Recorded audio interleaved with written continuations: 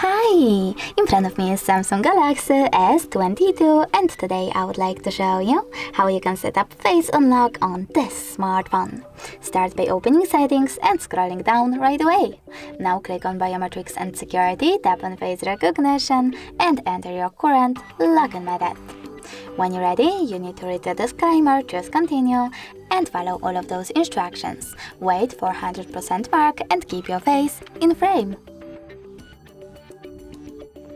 Now you can enable or disable stay on lock screen until swipe feature by tapping on the switcher over here. When you're ready, click on done.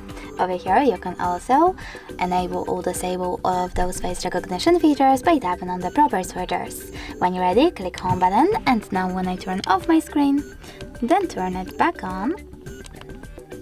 As you can see, face unlock. Maybe like that.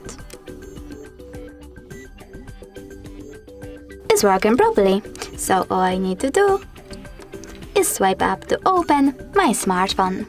Thanks so much for watching. If you enjoyed this video, don't forget to leave a like, comment and subscribe.